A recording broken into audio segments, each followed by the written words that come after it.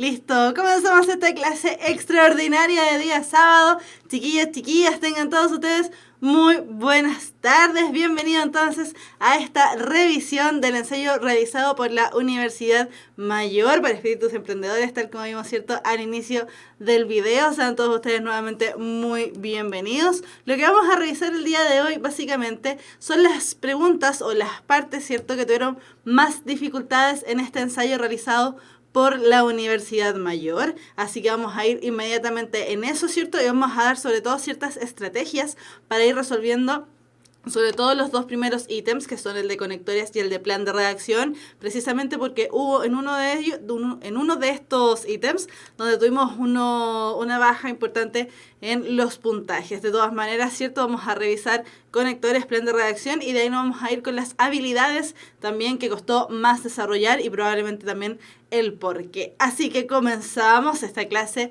de hoy viendo precisamente, como ustedes pudieron apreciar en este ensayo realizado por la Universidad Mayor, que precisamente seguía exactamente la misma tabla indicada por el DEMRE hace algunos meses atrás, donde nos decían cómo iba a estar compuesta la PSU de este año, es decir, el proceso de admisión 2019. Entonces, decíamos que en conectores íbamos a tener 10 preguntas, en plan de redacción 15 preguntas, vocabulario contextual y comprensión de lectura 55 preguntas en total. Y estos ítems, ¿cierto?, estos conectores, plan de redacción y los dos de comprensión de lectura, involucran más que nada dos grandes secciones. Por un lado, conectores y plan de redacción involucra la sección que es de indicadores de producción de textos, porque lo que nos piden ahí es que nosotros demostremos nuestras habilidades para poder escribir un texto coherente y cohesionado. Y por otro lado tenemos el ítem de vocabulario contextual y también comprensión de lectura, donde ahí lo que se nos pide es que demostremos nuestras habilidades precisamente en comprensión de lectura, es decir, que sepamos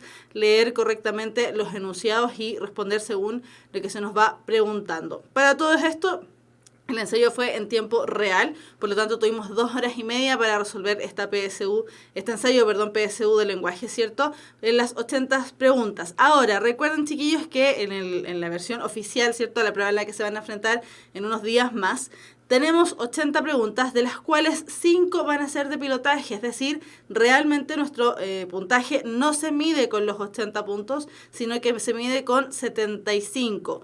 Vamos a saber cuáles son esas 5 preguntas que no van a ser medidas. No, es imposible saberlo, esa información la tiene exclusivamente el DEMRE, por lo tanto nosotros tenemos que contestar igual las 80 preguntas, así que ahí en ese sentido no hay mucho que hacer. Por eso generalmente se presenta una variable, ¿cierto?, en el tema del resultado final de los puntajes, porque claro, nosotros siempre lo calculamos, de hecho este mismo ensayo también fue calculado mediante las 80 preguntas, sin embargo, el puntaje real solamente involucra 75.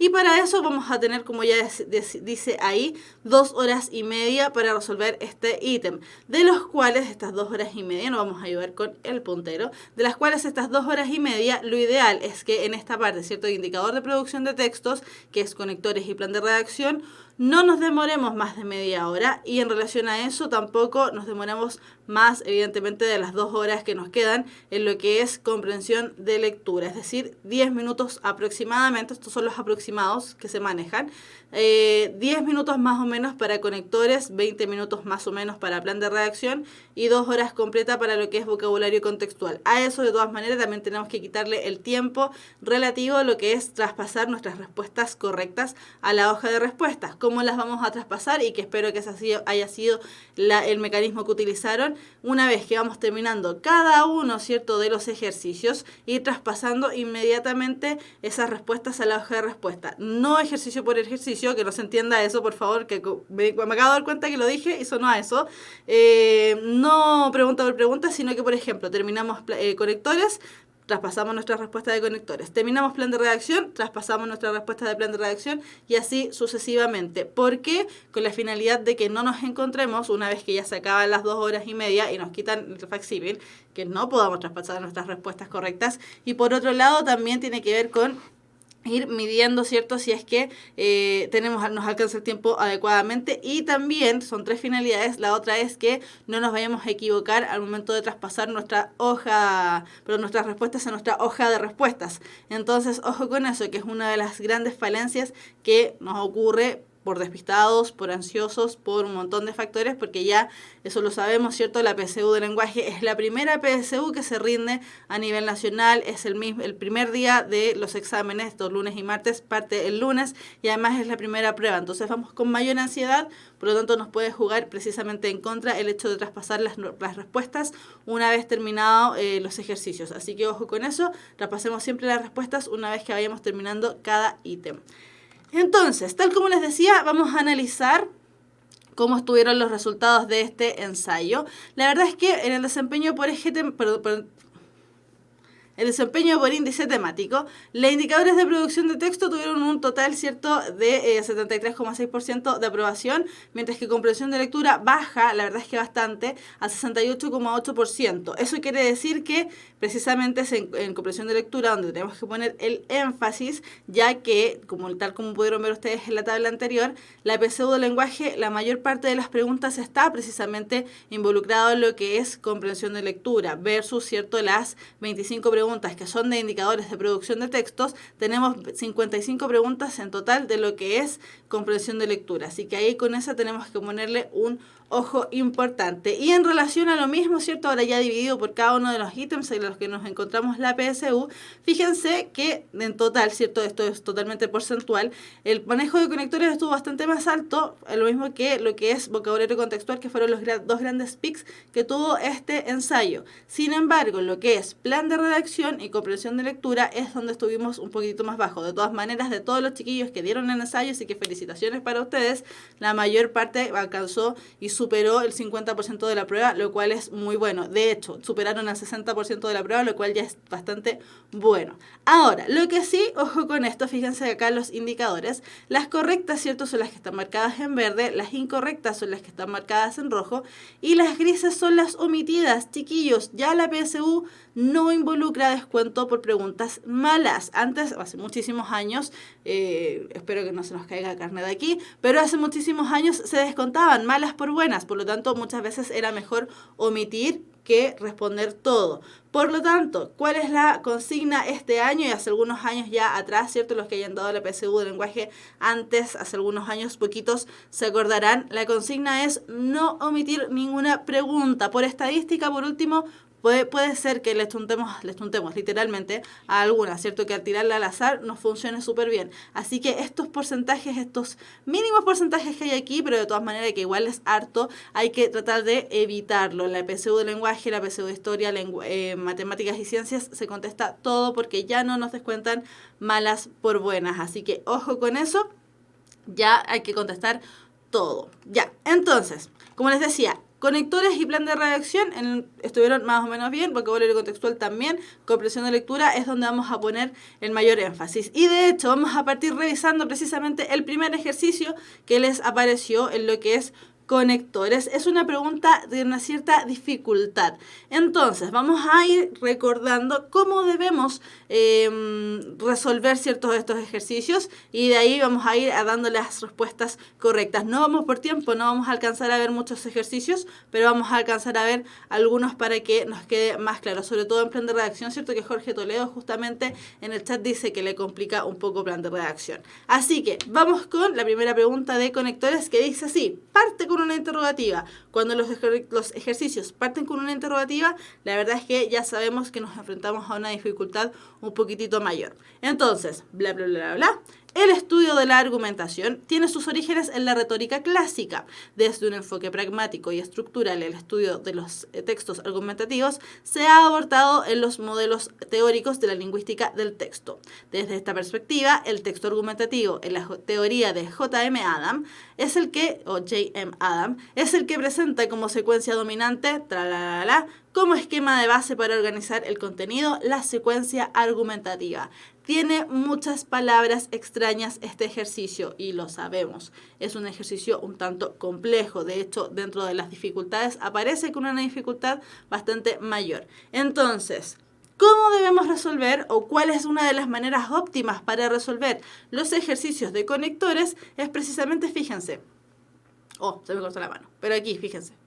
No hay ninguna alternativa, no las estamos mirando. ¿Por qué? Porque lo ideal en este tipo de ejercicios es como la PSU de lenguaje no mide contenidos, ojo con eso, que esa también es una innovación que ocurre ya hace algunos años, pero no necesariamente todo lo tienen que saber, ¿cierto? La PSU de lenguaje ya no pide contenidos, solamente mide habilidades, y esas habilidades nosotros las vamos desarrollando en la medida, ¿cierto?, que estamos en nuestra educación formal. Por lo mismo se rinde la PSU una vez salido y terminado cuarto medio y aprobado también cuarto medio.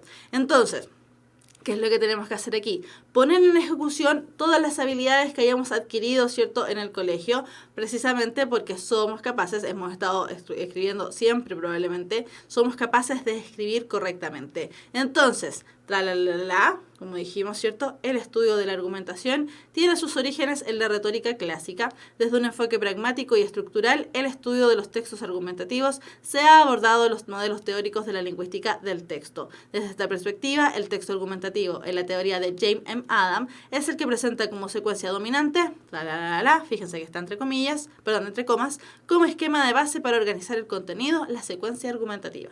Entonces, ¿qué es lo que tenemos que pensar nosotros aquí? ¿Qué tipo de conector o qué conector debiese utilizar en cada uno de los espacios que aparece ahí? Entonces, ¿qué es lo que tengo que hacer? Analizar y fijarme bien qué tipo de conector puede ir. Ahora, ojo con esto, fíjense que faltan dos conectores. Los ejercicios donde falta más de un conector, al contrario de lo que podríamos pensar, son un poco más sencillos. ¿Por qué? Porque una vez que nosotros vemos las alternativas, que en este caso no las estamos viendo aún, una vez que nosotros vemos las alternativas es aún más fácil descartar. Así que hay que temerle más a los ejercicios a los que les falta un solo conector que a los que les faltan dos o incluso tres conectores, porque de verdad son mucho más sencillos. Entonces, veamos. En este caso, los conectores que se nos presentaban, las alternativas eran si bien, esto es, aunque por consiguiente, a pesar de que o sea, en cierto modo, por otra parte, ahora bien, en otras palabras. ¿Qué es lo que ocurre con el primer conector, cierto? El primer conector que está ahí faltando. Lo que nos piden básicamente en esta pregunta, en este ítem, es que nosotros nos demos cuenta que si bien la retórica, ¿cierto?, tiene sus orígenes, o el estudio de la argumentación, tiene sus orígenes en la retórica antigua, la retórica clásica de los griegos, se le da mayor importancia y mayor énfasis, ¿cierto?, como es ahí, al estudio de los textos argumentativos según la lingüística del texto. Además, desde esta perspectiva, el texto argumentativo de la teoría de James M. Adam es el que presenta como secuencia nos trae, ¿cierto? Desde muy atrás, muy atrás, habla acerca de la retórica clásica. Cuando hablamos de los clásicos, siempre hablamos de Grecia y Roma. Cuando nos habla de la retórica clásica, lo acercamos hacia un año mucho más reciente, muchísimo más reciente sin duda, que es el año 1992. Por lo tanto, desde esa perspectiva, podría haber funcionado un conector de tipo temporal, cronológico. Sin embargo, aquí lo que se nos está pidiendo, lo que estamos haciendo es hacer una comparación, una restricción. Si bien ocurría hace tanto, esto pasa ahora, nos está restringiendo, nos está concediendo una situación. ¿Cuál situación? La de analizar qué es lo que pasa ahora con la argumentación. Por lo tanto, el ítem, ¿cierto? O el conector, perdón, que estaría faltando en este caso es el conector si bien, que es un conector de tipo concesivo o también conocido, que lo pueden haber conocido en el colegio, como posesivo restrictivo. Es decir, te presento una posición, pero no es tan tajante, te da una posibilidad porque es una concesión. Y en el siguiente conector, fíjense que está entre comas, eso es muy importante, tienen que fijarse mucho en las marcas textuales, es decir, qué marcas tiene el texto para que nosotros podamos ir identificando qué tipo de conector podría ir. Ojo que en las clases de puntaje nacional nosotros dimos estas clases trampitas, ¿cierto?, que hacemos al finalizar cada uno de los ítems. Dijimos que hay algunos conectores que la mayoría del tiempo van con comas, van entre comas o llevan una coma al inicio o llevan una coma al final. En el caso de los conectores que van entre comas, por ejemplo, generalmente tenemos los conectores explicativos. Por lo tanto, en este caso nos corresponde reformular la misma información que ya había sido dada antes de otra manera. Por eso, ¿cierto?, en la segunda parte del ejercicio se genera una reformulación explicando el hecho de que para la teoría de este caballero, ¿cierto?, James M. Adam, el texto argumentativo es el que como esquema de base al organizar el contenido comprende precisamente una secuencia de tipo argumentativa. Por lo tanto, desde esta perspectiva, tal como dice el ejercicio, el texto argumentativo en la teoría de James M. Adam de 1992 es el que presenta como secuencia dominante es el que presenta como secuencia dominante, esto es, como esquema de base para organizar el contenido, la secuencia argumentativa. Por eso la respuesta correcta entonces de este ejercicio era la letra A. Sin duda, chiquillos, es un ejercicio bastante complejo. Sin embargo, tal como les decía, hay varios de estos conectores, ¿cierto?, que nosotros podemos ir eliminando. De hecho, ya el por consiguiente y por otra parte ya nos elimina inmediatamente dos alternativas, que sería la B y la D. ¿Por qué? Porque todos estos conectores, esto es, o sea, y en otras palabras, son precisamente conectores reformulativos, por lo tanto, o conectores explicativos. Por lo tanto, tendríamos que habernos fijado, ¿cierto?, en los conectores que tenemos al inicio de los ejercicios. Vamos a pasar ahora inmediatamente, justamente como Jorge Toledo lo menciona, al ítem de plan de redacción. Fíjense que acá nosotros la manera de solucionar este tipo de ítems es precisamente también la misma manera que tendríamos para solucionar conectores. ¿Cuál es esta manera? Precisamente la de no mirar las alternativas en la medida que vayamos leyendo los textos. La finalidad del plan de redacción, ¿cierto?, del modelo de organizar textos, lo que tenemos que hacer básicamente es reformular un texto a partir de los enunciados desordenados que se nos presentan. Entonces, dos consejos muy útiles para resolver este ítem. Primero, fijarnos muy bien, y esto destacado con mayúscula, cursiva, con brillitos, glitter, con todo, muy bien. Tenemos que fijarnos en el título. El título nos da muchísima información en relación a cómo vamos a estructurar los tipos de ejercicios. Tenemos que fijarnos, por ejemplo, si es un título simple o un título compuesto. En este caso, que el título es Premio Nobel, nos encontramos ante un título simple. Solamente se nos está requiriendo o se nos está preguntando por una cosa. Sin embargo, cuando los títulos son compuestos, por ejemplo, la computación e Internet, por poner un ejemplo muy sencillo, significa que el orden que nosotros tenemos que dar en plan de redacción es precisamente aquel, es decir, presentar primero los elementos o los enunciados referidos a computación y luego presentar los enunciados referidos a Internet, porque ese es el orden que nos da el título, por lo tanto ese también es el orden de la información. Ese es un elemento muy importante para resolver entonces este ítem. Y el segundo elemento muy importante para resolver este ítem es precisamente la manera de resolverlo. ¿Cuál sería esta? Irnos fijando cuál sería el enunciado, por ejemplo, de inicio o cuál debiese ser el enunciado de cierre. ¿Para qué? Para nosotros mismos, en la medida que vayamos leyendo los enunciados, ir formulando y postulando nuestro propio orden. En la medida, cierto, que no miremos las alternativas, sino que formulemos nuestro propio orden, cuando miremos las alternativas va a pasar algo muy similar que en conectores, que es precisamente la de ir eliminando alternativas que podrían haber sido posibles. ¿Por qué? Porque tenemos que ir tachando, ¿cierto? Y probablemente puede ser que nos quedemos con una alternativa o con dos alternativas sobre las cuales debamos dirimir. Sin embargo, eso no quiere decir, ¿cierto?, que el ejercicio esté siempre muy bien. Por lo tanto, también es importante que una vez que nosotros determinemos un orden según lo que nosotros creamos que es correcto, revisar. Esto es muy parecido incluso a la matemática. Cuando sacamos un resultado de un ejercicio, pero después tenemos que hacer el proceso inverso para comprobarlo, en lenguaje, al menos en este ítem de plan de redacción, debiésemos hacer exactamente lo mismo, revisar el ítem y reformularlo, ¿cierto?, fijarnos si es que está bien ordenado. Entonces, el ejercicio dice Premio Nobel. Cada persona o institución laureada recibe una medalla de oro, un diploma y una suma de dinero que asciende a los 874.000 euros. El premio se entrega a personas que hayan llevado a cabo investigaciones, descubrimientos o contribuciones notables a la humanidad. Los premios se instituyeron en 1895 y comenzaron a entregarse en 1901 en las categorías de física, química, medicina, literatura y paz. El premio Nobel corresponde a un galardón internacional que se otorga anualmente para reconocer a personas o instituciones.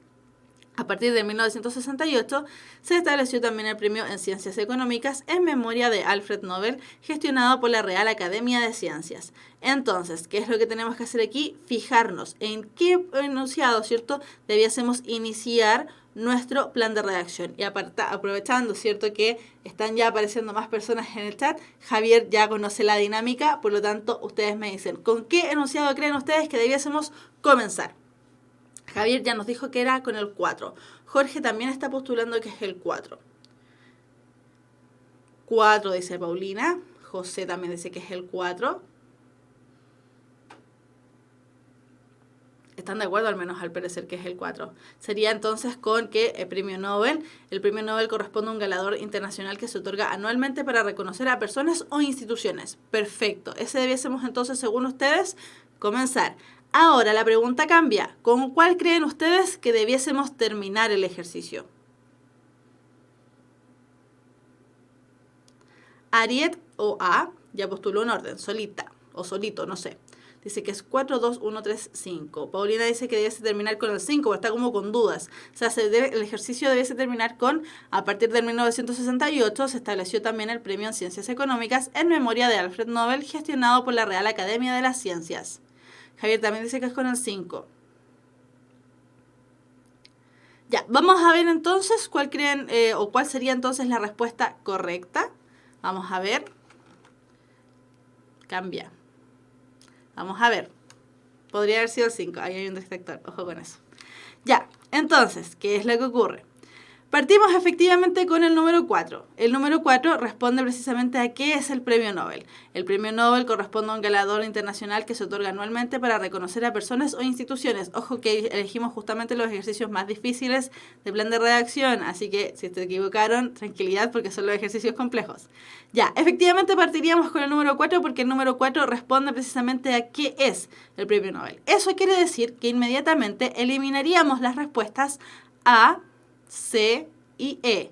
Nos quedaríamos solamente con B y D, las cuales terminan ambas, fíjense, con el número 1. Ya eso ya nos dice que el 1 es el ejercicio con el que debiésemos terminar. Entonces, ¿qué es lo que ocurre aquí? Fíjense que acá tenemos siempre las respuestas correctas. Dice, primero se debe mencionar qué es el premio Nobel, asunto que se encuentra en la opción 4, tal como ustedes dijeron. Luego, es meritorio considerar sobre quién recae este tipo de reconocimientos por ser información aledaña a la definición, es decir, que están unidas. Más adelante, eso sería el 2. Más adelante, conviene destacar la información de la opción 3, que nos señala desde cuándo comenzaron a entregarse estos premios y qué tipo de categorías, efectivamente. Y así, siguiendo la marca temporal de los años presentes en cada una de las opciones, es preciso ubicar la opción 5, tal como ustedes dijeron, que añade información a esta última. Por último, la información más específica del ejercicio corresponde a la opción 1, que contiene el tipo de premio que recibe cada una de las personas laureadas. Ojo acá, entonces, tal como ustedes dijeron, y con eso están súper bien, el ejercicio parte con el número 4. Eso es correcto. Ahora bien, ¿qué es lo que ocurre ahí? Después del 4 nos debemos saltar al 2, porque nos entrega información acerca, ¿cierto? Aquí cuál era el premio Nobel y en qué consiste. El premio Nobel se entrega a personas que han llevado a cabo investigaciones, descubrimientos o contribuciones notables a la humanidad. Después, seguiríamos con el 3, ¿cierto? Los premios se instituyeron en 1895, nos están dando el año donde se originaron. Y comenzaron a entregarse en 1901 en las categorías de física, química, medicina, literatura y paz. A partir de eso, como nos presenta un año, nosotros inmediatamente debiésemos pensar que es el 5, el número siguiente. Sin embargo, y de ahí está el error con el que se presentaron, ¿cierto?, en el ejercicio. Sin embargo, fíjense, tenemos que a partir de 1968, bla, bla, bla, bla, como aquí nos presentan un año, nosotros asumimos siempre que el último año que se nos presente es también el último año del ejercicio. Sin embargo, hay una información que es la que se presenta en el número 1, que es sumamente específica y que, si nosotros no podemos pensar, esta es una información que cambia año a año. Cada persona o institución laureada recibe una medalla de oro, un diploma y una suma de dinero que asciende a unos 874.000 euros. Ojo con esa palabra, los euros. ¿Por qué? Porque la información de los euros es información nueva. ¿Por qué? Porque antes los países utilizaban, en Europa, utilizaban cada uno su propia medalla. Hace pocos años se establó el euro como una como una moneda de intercambio general para toda Europa. Por lo tanto, la información 1 es la información más específica.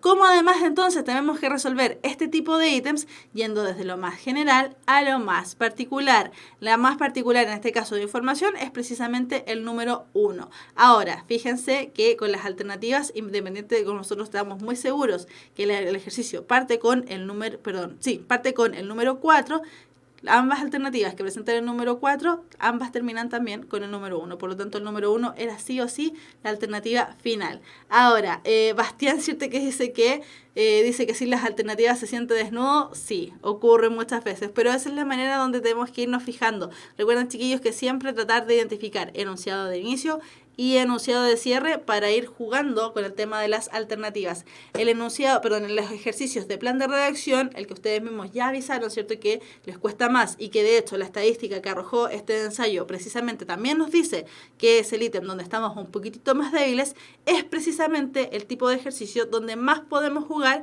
con el tema de ir eliminando alternativas. Es uno de los ítems más sencillos, yo sé que les cuesta, pero es uno de los ítems más sencillos de resolver si es que utilizamos las estrategias correctas. ¿Cuáles son esas estrategias? Precisamente la que les mencionaba hace un momento, la de ir jugando con el tema de los enunciados, de nosotros mismos armar nuestro enunciado, ¿cierto? Con los numeritos y después comprobarlo acá. Si estamos súper seguros que el ejercicio parte con el enunciado número 4, eliminamos todo el resto y ahí se nos hace mucho más fácil la aplicación. Ya, ¿qué más apareció en el chat? Ariet, siempre me equivoco en plan de redacción. De los 15 ejercicios siempre tengo entre 6 a 8 buenas. Ariet, trata de hacerlo de esta manera, ¿cierto? Tal como decíamos, de postular cuál es el ejercicio, el enunciado de inicio, cuáles son los enunciados que podrían ir encadenados. Por ejemplo, acá el enunciado número 3 con el enunciado 5 podrían ir encadenados debido a que ambos presentan años, ¿cierto? Y que son entre comillas, correlativos, porque tenemos un año muy antiguo, un año un poco más antiguo, o sea, poco menos antiguo, y un año definitivamente no tan antiguo como los anteriores. Por lo tanto, hay juegas con el tema de los enunciados encadenados. Por ejemplo, acá, como decíamos, 3 y 5 debiesen ir juntos. Fíjate que acá, por ejemplo, la alternativa A no tiene 3 y 5, la alternativa A solamente no tiene 3 y 5, por lo tanto la A ya no sería. ¿Qué otra cosa te puedes fijar para resolver este tipo de ejercicios? Como decíamos, ¿cierto? En el tema del final. ¿Cómo debiese terminar el ejercicio? Ahora, claramente, ¿cierto? Ustedes como final, ¿cierto? Postulaban que podía ser el enunciado número 5. Sin embargo, acá no hay ningún número 5 como final. Por lo tanto, efectivamente, el enunciado 5 no terminaría el ejercicio. Guillermo Gangas dice, si dijera el origen del premio, ¿debería ir primero? ¿Cómo si dijera el origen si lo dice? 4, 2, aquí está, el premio se entrega a personas que hayan llevado notables acontecimientos, bla, bla, bla, y después en el 3 habla acerca del origen. Los premios se instituyeron en 1895, habla acerca del origen. Javier Ávila, maestro, ¿en este ejercicio se puede hacer el temas 12? No, este ejercicio no presenta temas 12. Tiene un orden similar, pero no aparece ningún ejemplo, por lo tanto no se puede aplicar el temas 12. No.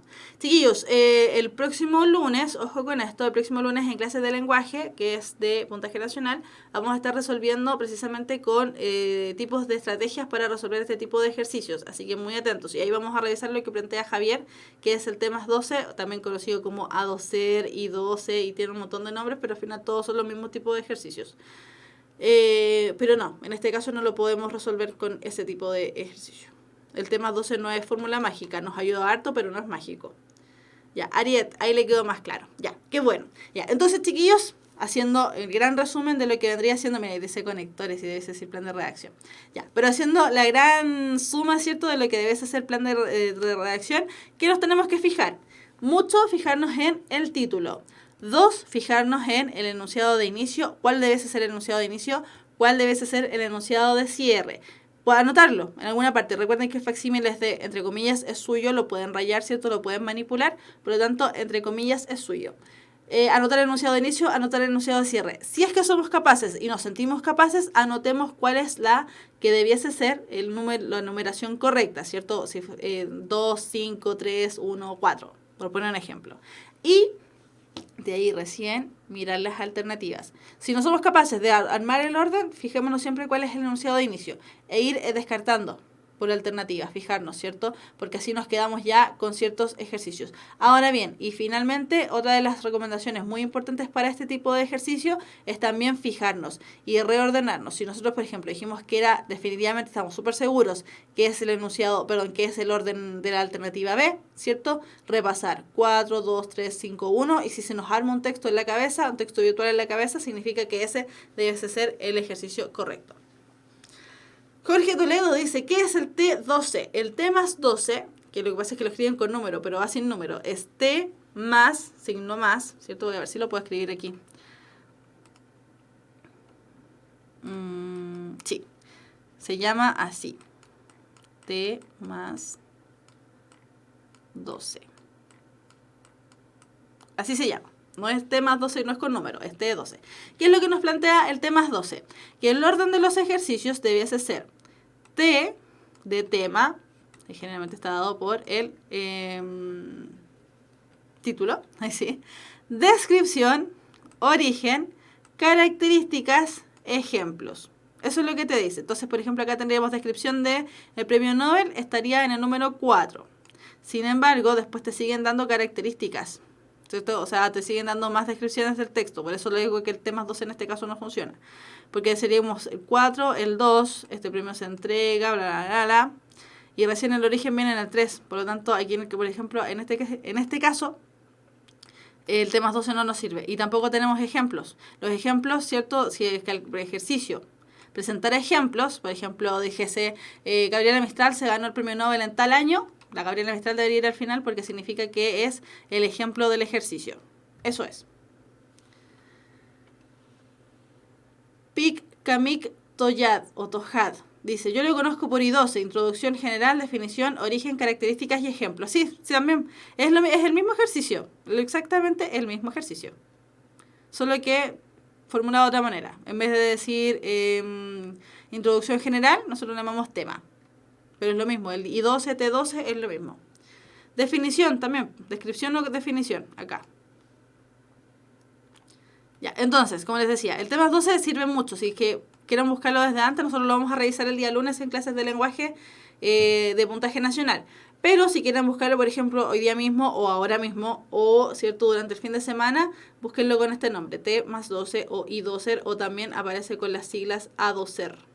Que la A no me queda claro todavía de qué es, pero es algo así, A12. Si no me equivoco, porque no me acuerdo bien de la sigla en este momento, también sirve.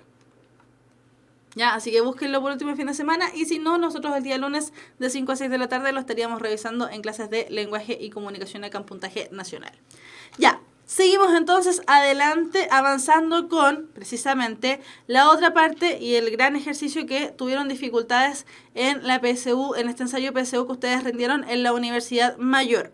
Chiquillos, tal como decíamos al inicio, ¿cierto?, de la clase, la PSU de lenguaje no mide contenidos, exclusivamente mide habilidades. ¿Qué tipo de habilidades? Por supuesto, que nosotros sepamos escribir y que sepamos leer de manera correcta, de manera óptima.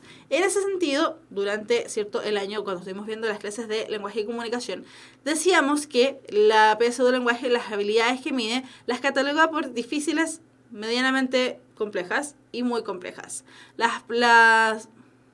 No, me equivoqué. Las cataloga en fáciles, medianamente difíciles o fáciles, están justo en medio, y las muy difíciles. Entonces, ¿cuáles son estos tres grandes grupos? Primero tenemos, se me perdió el mouse, ¿dónde está? Ahí está. Ya, entonces primero tenemos recuperar información explícita del texto, después nos saltamos a las que son medianamente difíciles, que es de interpretar la información contenida en el texto, y finalmente evaluar la información del texto. Eso quiere decir que vamos de menos a más, desde lo más sencillo a lo más difícil. ¿En qué sentido? Recuperar la información explícita del texto es relativamente sencillo porque simplemente lo que hacemos es sacar información textual. La información aparece ahí en el texto, no la tenemos que andar buscando por ninguna parte.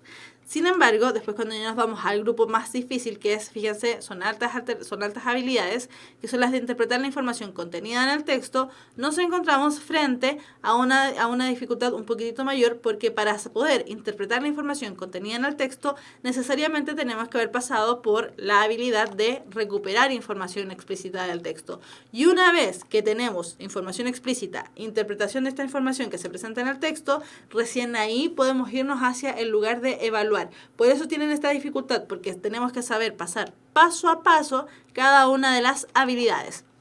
Entonces, en recuperar la información explícita del texto, nosotros las habilidades que tenemos que desarrollar son conocer, comprender, analizar, identificar y caracterizar.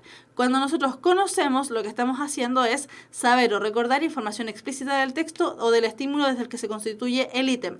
Entonces, en conocer, comprender y analizar, identificar y caracterizar, nosotros en esta, recuperar información explícita del texto, lo que estamos haciendo básicamente es simplemente recordar la información que se nos presenta. De qué color era la capucha de la caperucita roja, por qué caminos tomó, qué le dijo la mamá que no hiciera en el bosque, a dónde llegó, qué frase les dijo el lobo, ¿cierto? ¿Quién la salvó a la abuelita y a la caperucita, etcétera, etcétera? Esa información explícita, nosotros ahí jugamos un poco con nuestra habilidad de retener información. Simplemente eso. Por lo tanto, la información explícita es información sencilla. Se nos complica un poco el panorama acá.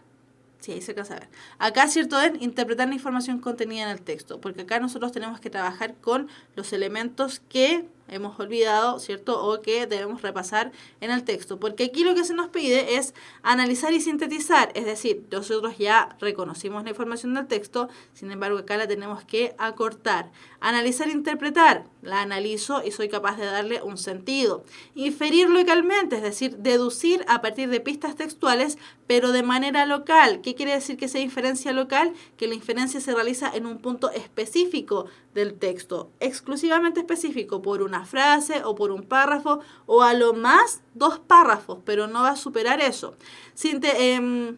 Sintetizar localmente también se nos pide resumir un conjunto de ideas que se presente a lo mejor en un párrafo determinado. Por ejemplo, cuando nos preguntan cuál es la idea principal de este párrafo, nos están preguntando por una síntesis local. Sintetizar globalmente implica lo mismo, ¿cierto? Resumir el texto, pero todo el texto completo. Cuando nos preguntan cuál es la idea principal del texto, ahí nos están pidiendo la síntesis global. Y finalmente la de interpretar, que es la que determina la función o finalidad de una idea, elemento textual, lingüístico, literario, mediático, bla, bla, bla, bla. Entonces, en la habilidad de interpretar, si bien, por ejemplo, la PSU del lenguaje no involucra contenidos, los contenidos son igual importantes para poder, por ejemplo, interpretar, porque podemos distinguir un texto literario de uno no literario a partir de las marcas textuales que posee, por ejemplo, que no presenta ficción, que lo que está haciendo, por ejemplo, es argumentar, y si nos preguntan cuál es la finalidad de este texto, nos están pidiendo que nosotros entonces interpretemos. Entonces, de todas maneras, es importante igual el contenido, el lenguaje. Y finalmente, la habilidad de evaluar la información del texto, que es un poco más compleja. Fíjense que aquí lo que simplemente tenemos que hacer es inferir globalmente, transformar y evaluar. La inferencia global es a partir de todos los datos que nosotros ya hemos recogido anteriormente, poder inferir elementos de todo el texto completo. De inferir significa deducir, ojo con eso. Transformar implica convertir de un lenguaje a otro las características del texto. Por ejemplo, cuando nos preguntan ¿qué refrán podría reproducir lo que se presenta en este texto? Nosotros estamos transformando. ¿Por qué? Porque estamos llevando de un texto a otro. O cuando nos presentan un texto literario y nos dicen cuál de los siguientes enunciados correspondería a un titular de noticia basado en el cuento. Y ahí tenemos entonces la habilidad de transformar. Y en evaluar, nosotros lo que estamos haciendo es coemitir o coproducir juicios de valor en relación a la información que se nos presenta. Entonces, ¿qué arrojó el ensayo que ustedes realizaron en la Universidad Mayor? Fíjense que aquí cuando hablamos de grupo 1, grupo 2, grupo 3, estamos hablando de las habilidades. En comprender, analizar, identificar y caracterizar, el total de preguntas que se hizo en toda la prueba, ojo, estamos incluyendo plan de redacción y conectores, el total de preguntas fueron 13. Que implica el 16,2% de la prueba. En el grupo 2, que son las habilidades de mediana dificultad, fíjense que aquí definitivamente están concentradas las preguntas de prácticamente toda la prueba. De las 80, 58 preguntas son involucradas del grupo 2, que tiene que ver con una habilidad de dificultad relativamente mayor. que es el 72,5% de la prueba. Y finalmente en el grupo 3, que son las habilidades complejas, diferir globalmente, transformar y evaluar, se hicieron un total de 9 preguntas, es decir, es el 11,2% de la prueba. Entonces, cuando nosotros estamos en lenguaje PSU de lenguaje, yo les decía, ¿cierto? Al inicio del año, les comentaba y les decía, las habilidades muy fáciles del grupo 1 y las habilidades muy complejas del grupo 3, como son muy fáciles y muy complejas, van a salir considerablemente menos. La dificultad mayor de la prueba de lenguaje finalmente va a estar en el grupo 2, porque es donde tenemos más habilidades y es también donde hay más preguntas. Y es lo mismo que implica el ensayo que ustedes realizaron. Por lo tanto, hay que tener ojo con eso. Entonces, fíjense acá, el desglose, ¿cierto?, del ensayo realizado nos dice que la habilidad de identificar, fíjense, de un 100% de la prueba, 87,6% lo lograron súper bien.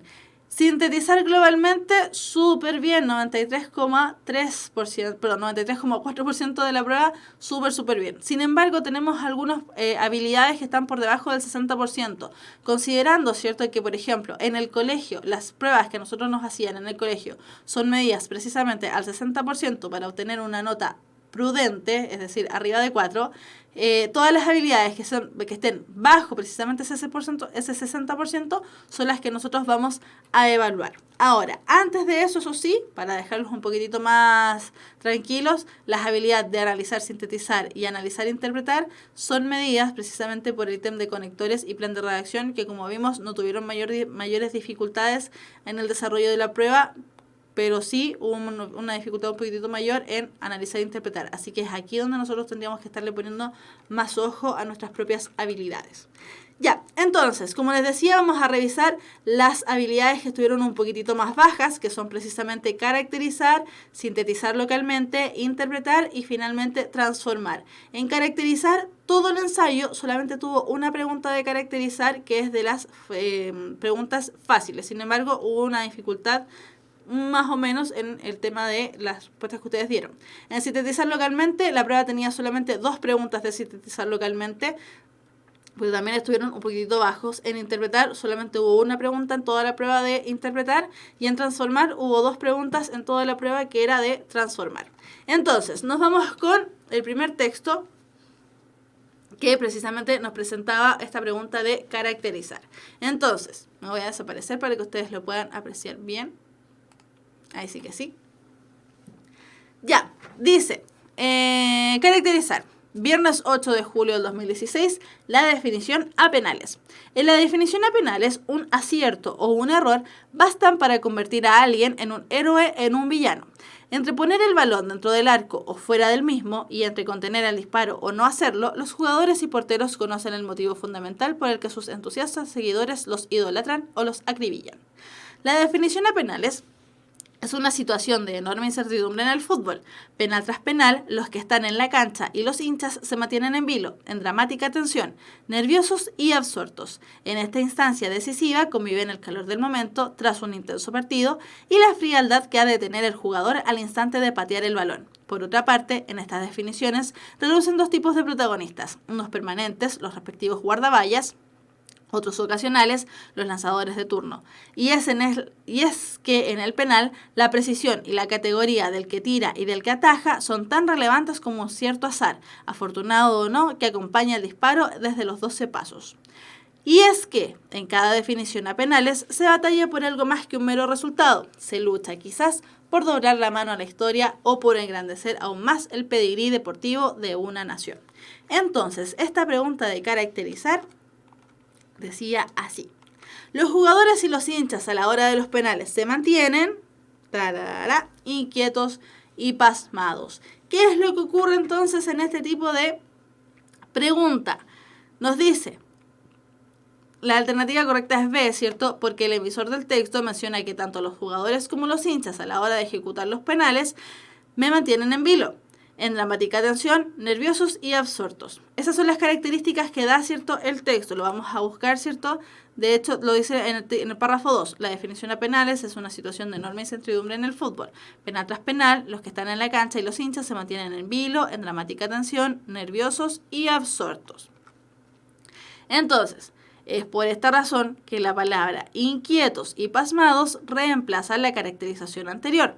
La palabra inquieto significa dicho de una persona que se toma las cosas con nerviosismo y agobios y que se preocupa por quedar bien o mal ante la opinión de los demás. Y pasmado significa dicho de una persona alelada, absorta o distraída.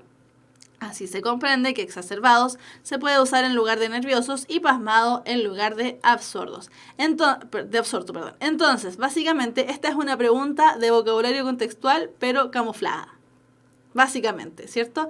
Porque no nos aparecen las mismas palabras que debiese decir el texto, ¿cierto? Dice los jugadores y los hinchas a la hora de los penales se mantienen, y sería súper sencillo si nos dijese se mantienen dramáticos, nerviosos y absortos. Sin embargo, acá no hay ninguna alternativa que diga nerviosos y absortos, por lo tanto tenemos que buscar sus significados más cercanos. En este caso, entonces, el significado más cercano es precisamente inquietos y pasmados. Entonces, desde ahí la respuesta correcta sería la respuesta B.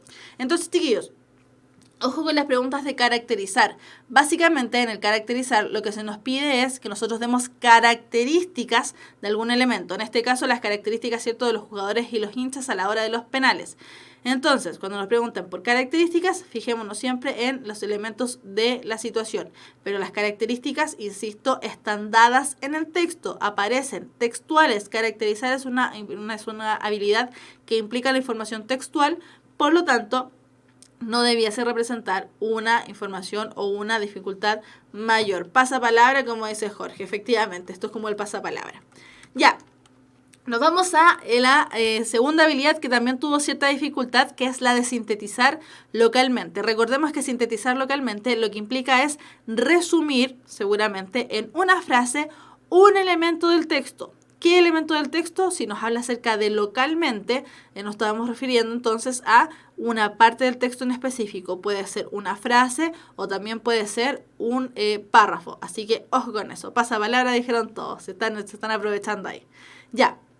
Entonces, la habilidad de sintetizar significa resumir, ¿cierto? Y localmente una parte específica del texto. Piensen que cuando juegan de local los futbolistas, ¿cierto? O los equipos de fútbol o de deportivos en general, es porque juegan en una parte determinada y no en otra parte que ellos desconocen. Ya, cuerpo de mujer, dice. Una noche de verano, un chino llamado Yang despertó de pronto a causa del insoportable calor. Tumbado boca abajo, la cabeza entre las manos, se había entregado a hilvanar fogosas fantasías cuando se percató de que había una pulga avanzando por el borde de la cama. En la penumbra de la habitación, la vio arrastrar su diminuto lomo, fulgurando como polvo de plata rumbo al hombro de su mujer que dormía a su lado. Desnuda, yacía profundamente dormida y oyó que respiraba dulcemente, la cabeza y el cuerpo volteados a su lado. Observando el avance indolente de la pulga, Yang reflexionó sobre la realidad de aquellas criaturas. Una pulga necesita una hora para llegar a un sitio que está a 2 o 3 pasos nuestros, aparte de que todo su espacio se reduce a una cama. Muy tediosa sería mi vida de haber nacido pulga. Dominado por estos pensamientos, su conciencia se empezó a oscurecer lentamente y sin darse cuenta acabó hundiéndose en el profundo abismo de un extraño trance que no era ni sueño ni realidad. Imperceptiblemente, justo cuando se sintió despierto, vio asombrado que su alma había penetrado el cuerpo de la pulga que durante todo aquel tiempo avanzaba sin prisa por la cama, guiada por un acre olor a sudor. Aquello, en cambio, no era lo único que lo confundía, pese a ser una situación tan misteriosa que no conseguía salir de su asombro.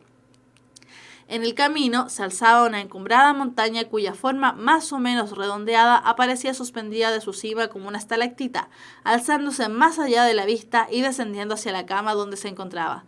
La base medio redonda de la montaña, contigua a la cama, tenía el aspecto de una granada, tan encendida que daba la impresión de contener fuego almacenado en su seno. Salvo esta base, el resto de la armoniosa montaña era blancuzco, compuesto de la masa nívea de una sustancia grasa, tierna y pulida.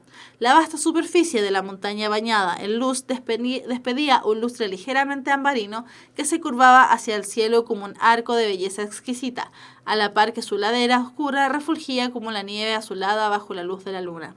Los ojos abiertos de par en par, Yang fijó la mirada atónita en aquella montaña de inusitada belleza, pero cuál no sería su asombro al comprobar que la montaña era uno de los pechos de su mujer. Poniendo a un lado el amor, el odio y el deseo carnal, Yang contempló aquel pecho enorme que parecía una montaña de marfil. En el colmo de la admiración, permaneció un largo rato petrificado y como aturdido ante aquella imagen irresistible, ajeno por completo al acre olor a sudor. No se había dado cuenta, hasta volverse una pulga, de la belleza aparente de su mujer. Tampoco se puede limitar un hombre de temperamento artístico a la belleza aparente de una mujer y contemplarla asombrado como lo hizo la pulga. Ya, no voy a leer el nombre del japonés porque es Akutagawa, de apellido Akutagawa. Ya. Entonces, como decíamos, la habilidad de sintetizar localmente fue la que se les complicó un poquitito. Entonces, fíjense en cómo está estructurada la pregunta. Dice, en relación con el cuento anterior, en el párrafo cuarto se postula una. ¿Qué entonces lo que nos están preguntando? Por el párrafo cuarto, y tenemos que centrarnos exclusivamente en el párrafo cuarto. Por eso habla de sintetizar localmente, porque nos pregunta por un párrafo en específico. Entonces, dice, en relación con el cuento anterior, en el párrafo cuarto se postula una descripción del seno de la mujer de Yang visto de la perspectiva de una pulga. Fíjense en las otras alternativas. Narración de cómo la pulga ascendió por el seno de la mujer de Yang. No nos menciona ni por si acaso que va subiendo, la está admirando. Demostración de que una pulga puede avanzar a través de unas sábanas. Ya, ok. Sí, lo dice, pero con suerte avanza la pulga, así que no puede avanzar tanto. Explicación de por qué la pulga no podía atravesar al otro lado de la cama, no explica nada. Manifestación de los sentimientos de Yang al apreciar el cuerpo de su mujer, eso es en el párrafo quinto. Descripción E, descripción del seno de la mujer de Yang visto desde la perspectiva de una pulga. Entonces, ¿por qué es la alternativa E? Porque el párrafo entero es la descripción del seno de la mujer de Yang, que para los ojos de una pulga se constituye en una montaña. Aquí no estamos en presencia de un hilo conductor narrativo, sino de una descripción simultánea de rasgos de un objeto determinado. Nos habla acerca de la montaña, y que la montaña aquí, que la montaña acá, que la. Pero si nos fijamos, ¿cierto?, en la totalidad del texto, donde se nos habla de que la mujer estaba desnuda al lado de Yang, inmediatamente vamos observando que se trata acerca de una metáfora sobre el seno de la mujer de Yang. Por lo tanto, se postula que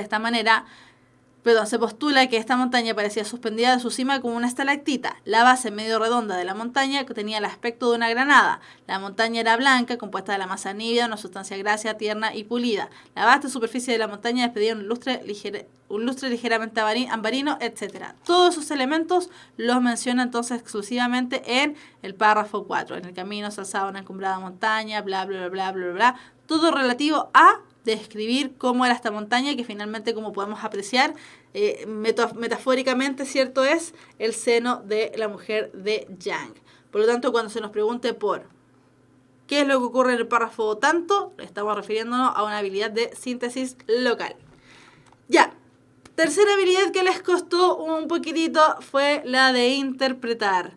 Interpretar entonces involucra analizar todo el texto y a partir de ahí, ¿cierto?, ir generando cuál sería la interpretación correcta de alguna palabra, de alguna frase, etcétera, etcétera.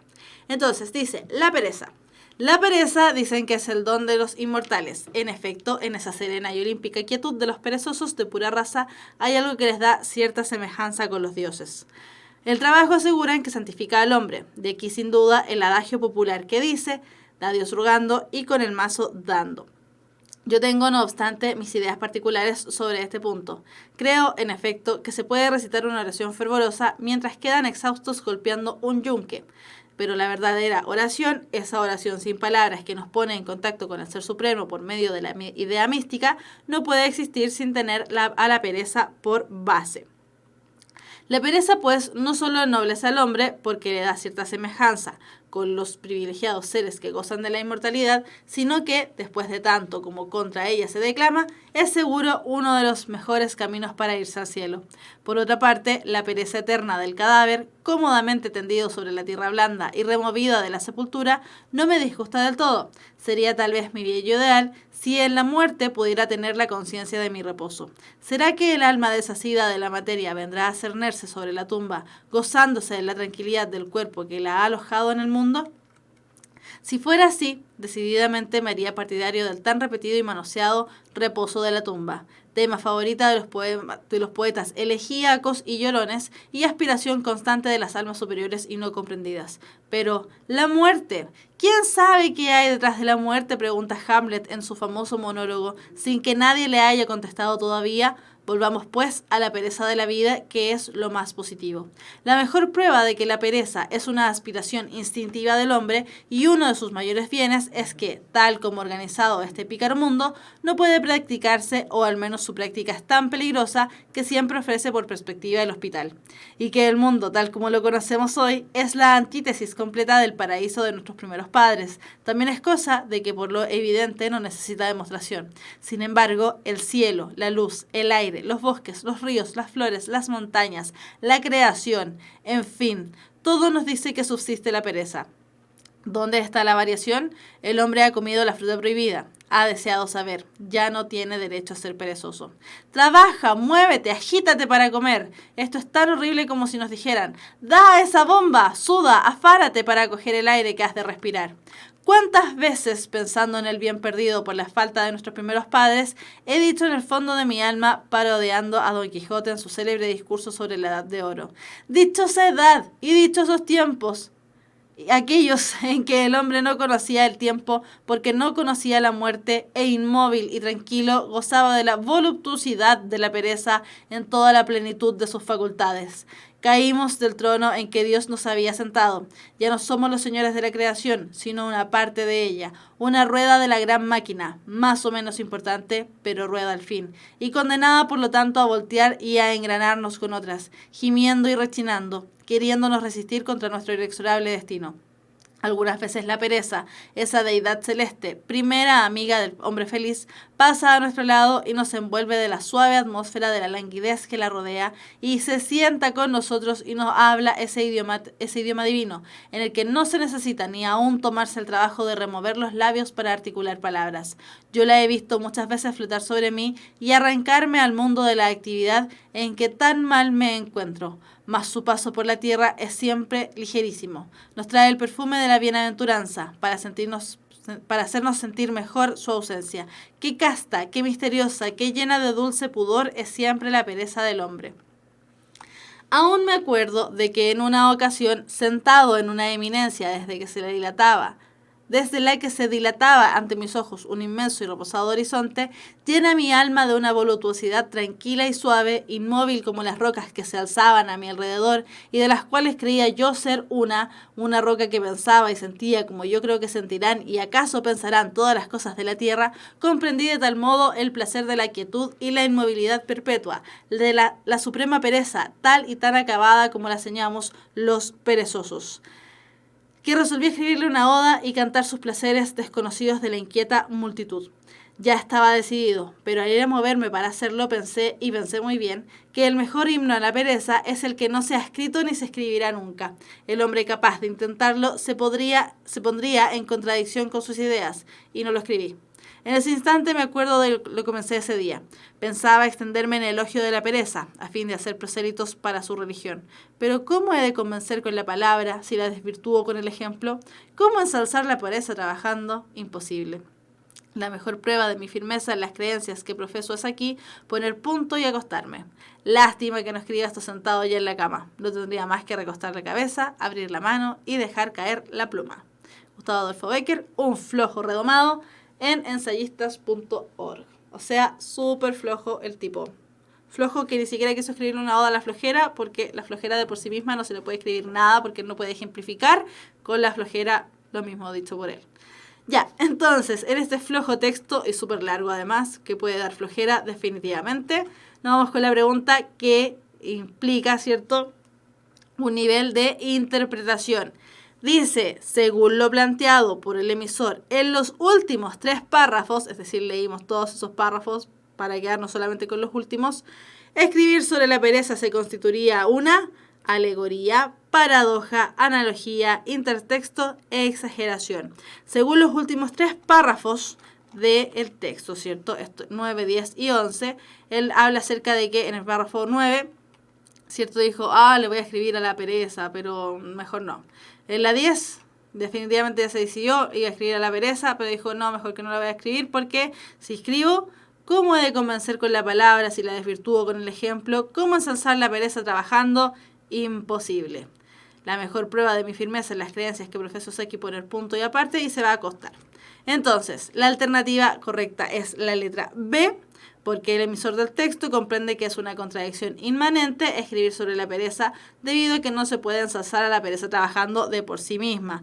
Por lo tanto, reflexiona el autor del ensayo que el mejor himno que se ha escrito sobre la pereza es el que jamás se ha escrito y que tampoco se va a escribir, porque hacer un himno sobre la pereza significaría hacer algo. Por lo tanto, en este caso nos encontramos ante una paradoja, que paradoja significa que es un hecho o expresión aparente, contrarios a la lógica, empleado de expresiones o frases que encierran una aparente contradicción entre sí. Por lo tanto, en este caso nos encontramos ante una paradoja. ¡Tarán! Ese sería en este caso entonces, fíjense, aquí nos hacen constituir en un, es decir, interpretamos todo lo dicho por el autor y lo resumimos a una exclusiva palabra, que sería la palabra paradoja. Ya, y nos vamos a la última habilidad que también se les costó un poquitito, ¿cierto? Que sería la habilidad de transformar. Decíamos que la habilidad de transformar implica que lo que debemos hacer es precisamente pasar de un texto a otro texto. En este caso, generalmente nos van a aparecer frases, nos va a aparecer refranes, nos van a aparecer titulares de diario. En ese sentido, entonces, lo que nos están pidiendo es pasar de un formato a otro, cumpliendo, por supuesto, con los elementos que se nos piden. Entonces, este texto dice así: historia de los dos que soñaron. Cuenta a los hombres dignos de fe, pero Alá es omnisciente y poderoso y misericordioso y no duerme, que hubo en el Cairo un hombre poseedor de riquezas, pero tan magnánimo y liberal que todas las perdió, menos la casa de su padre, y que se vio forzado a trabajar para ganarse el pan. Trabajó tanto que el sueño lo rindió debajo de una higuera de su jardín y vio en el sueño a un desconocido que le dijo: tu fortuna está en Persia, en Isfahán. Vete a buscarla. A la madrugada siguiente se despertó y emprendió el largo viaje y afrontó los peligros de los desiertos, de los idólatras, de los ríos, de las fieras y de los hombres. Llegó al fin a Isfahán, pero en el recinto de esa ciudad lo sorprendió la noche y se tendió a dormir en el patio de una mezquita. Había junto a la mezquita una casa, y por el decreto de Dios Todopoderoso, una pandilla de ladrones atravesó la mezquita y se metió en la casa, y las personas que dormían se despertaron y pidieron socorro. Los vecinos también gritaron, hasta que el capitán de los serenos de aquel distrito acudió con sus hombres y los bandoleros huyeron por la azotea. El capitán hizo registrar la mezquita y en ella dieron con el nombre de El Cairo y lo llevaron a la cárcel.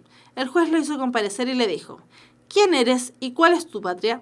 El hombre declaró: soy de la famosa ciudad de El Cairo y mi nombre es Yaqub el Magrebí.